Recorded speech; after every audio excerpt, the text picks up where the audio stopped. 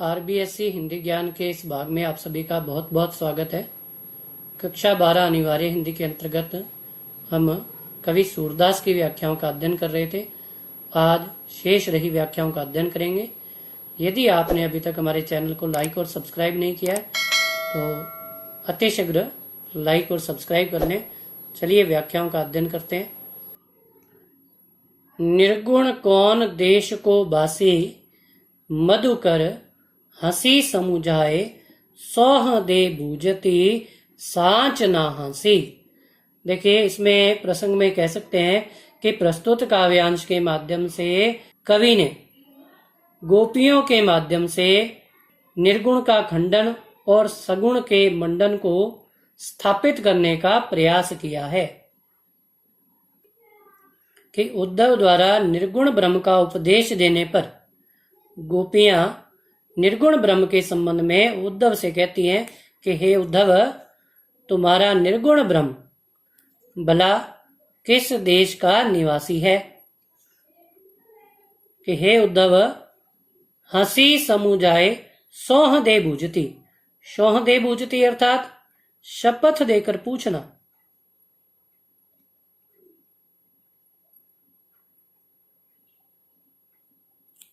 सांच न हंसी, सांच यानी सत्य में, हंसी यानी हंसना, कि सत्य में नहीं हंस रही हैं।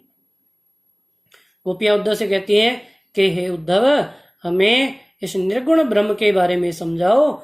हम तुमसे शपथ देकर पूछ रही हैं, सत्य में नहीं हंस रही हैं, अर्थात तुम्हारा उपहास करने का प्रयत्न नहीं कर रही हैं। को है जनक, कि उस निर्गुण ब्रह्म के पिता कौन है।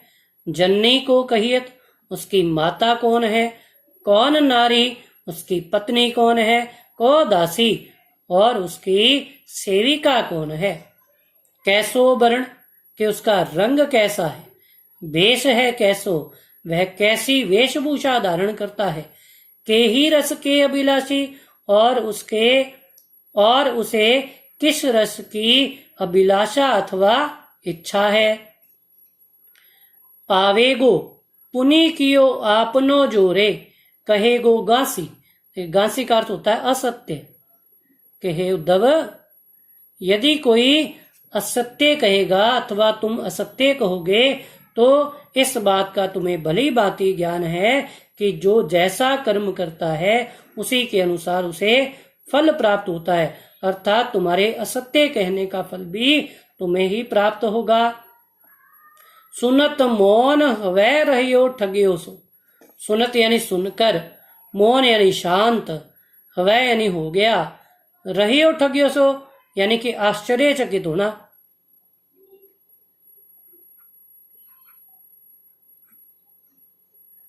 कि गोपियों की इन बातों को सुनकर उद्धव आश्चर्यचकित होकर शांत रह गया। सूर सबे मति नाशी, और वह मन ही मन यह सोचने लगा कि इन गोपियों की बुद्धि का सर्वनाश हो गया है, जो इस प्रकार के अनुचित कथन कर रही हैं। देखिए, विशेष में कह सकते हैं कि गोपियों के वाक चातुर्य को प्रतिपादित करने का प्रयास किया गया है। और काव्य में आपके अनुप्रास अलंकार है, जैसे पावेगो पुनि कियो आपनो जोरे। अगली व्याख्या देखिए। बिन गोपाल बैरिन भई कुंजे। कुंजे अर्थात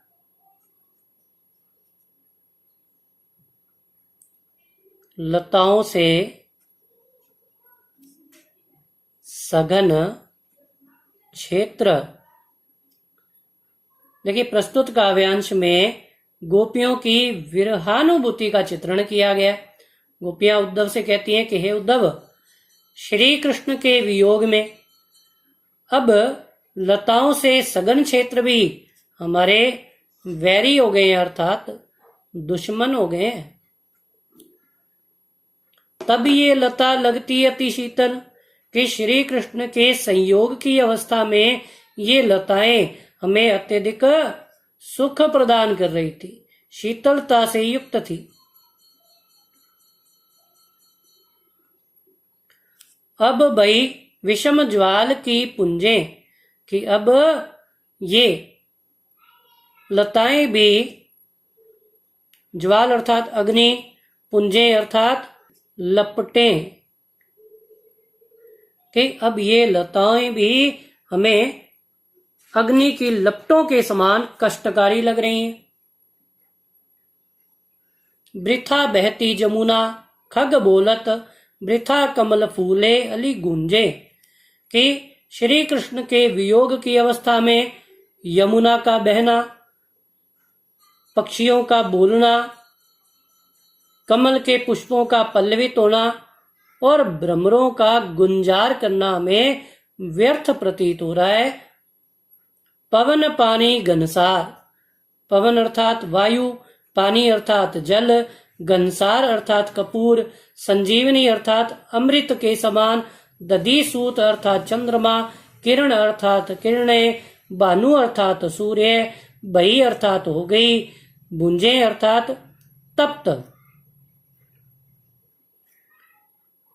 गोपियां कहती हैं कि श्री कृष्ण के वियोग की अवस्था में शीतलता प्रदान करने वाले उपमान भी अर्थात वायु, जल, कपूर और चंद्रमा की अमृत के समान किरणें भी अब हमें सूर्य के समान तप्त लग रही हैं, अर्थात कष्ट प्रदान कर रही हैं।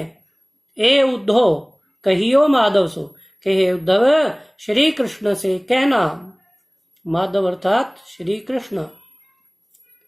विरह कदन यानी विरह रूपी कटार, यहाँ पर रूपक अलंकार भी है।